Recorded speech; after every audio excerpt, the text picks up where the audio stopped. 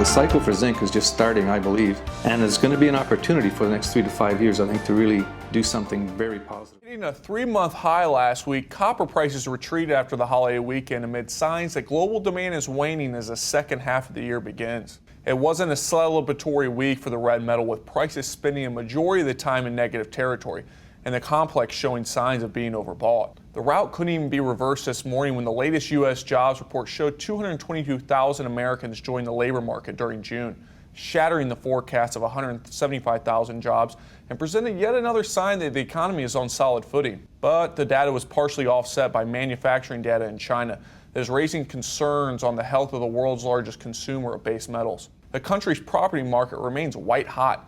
Rising warehousing stocks in Asia is concerning, with demand typically reaching a peak during the summer months. On the political front, it was mostly quiet on the health care overhaul, with Senate Republicans awaiting the revised CBO score before moving along. But every week, Congress is preoccupied with dispatching Obamacare. It's another lost opportunity to revise the tax code or fix the sad state of America's infrastructure. Now the market turns to next week when a host of Fed officials, including Chairwoman Janet Yellen, are slated to speak. While not the primary focus of the investors anymore, the Fed's outlook on the U.S. economy will have a short-term impact on a weakened dollar and directly affect how base metal prices move over the next few weeks.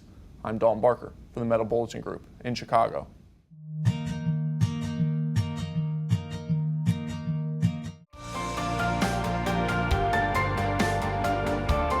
I'm a third-generation miner.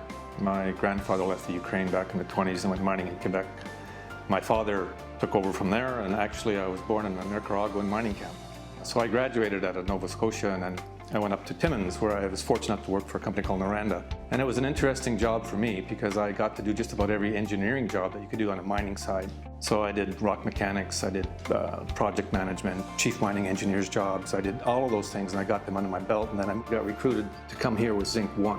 There are dips and flows, as you know, in markets. Things are high and things are low, and there's always cycles. Well, the cycle for zinc is just starting, I believe, and there's going to be an opportunity for the next 3 to 5 years, I think, to really do something very positive with zinc.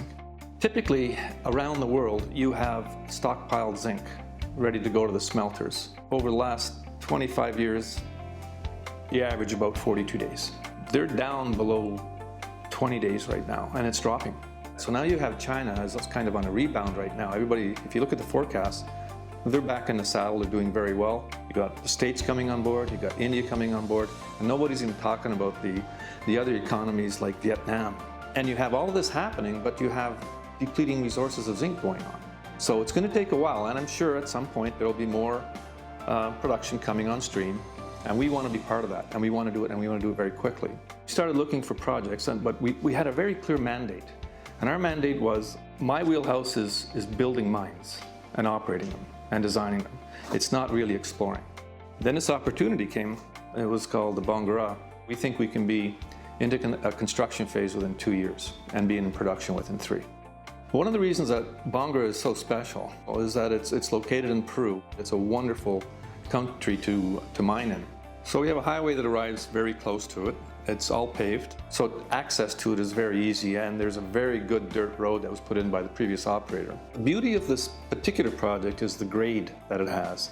It's grading about 20%, so essentially it's one of the highest grades, if not the highest grade deposit in the world, and that's remarkable. When you have that kind of grade, you can generate a lot of metal very quickly, and it's sitting on surface. It was all just the perfect timing for when this company was formed. This project was obtained by Forrester, and then it came across our plate. And Forrester did not have the ability to raise the funds, so it was a good fit for them too, for their shareholders and for us. We have so much data done by the previous operators and the explorations that were on this property. We have data that tells us that it was over 90% recovery. So our goal is to get about 1.5 to 2 million tons, specifically in the area that was mined by the previous operator. And that does nothing to do with the exploration potential and the rest of the property. The point I'm trying to make is that you have a Campo Cielo where you know you've got high grade. You've got 4 kilometers completely unexplored to get to another zone that we know we've got high grade and that needs to be explored. I really believe that we're not going to be here for 8 to 10 years. I think it's going to be 20, 30 when we get going. I think we'll find more and more zinc oxide. It just goes on and on. This is going to be a long-term mining endeavor for sure.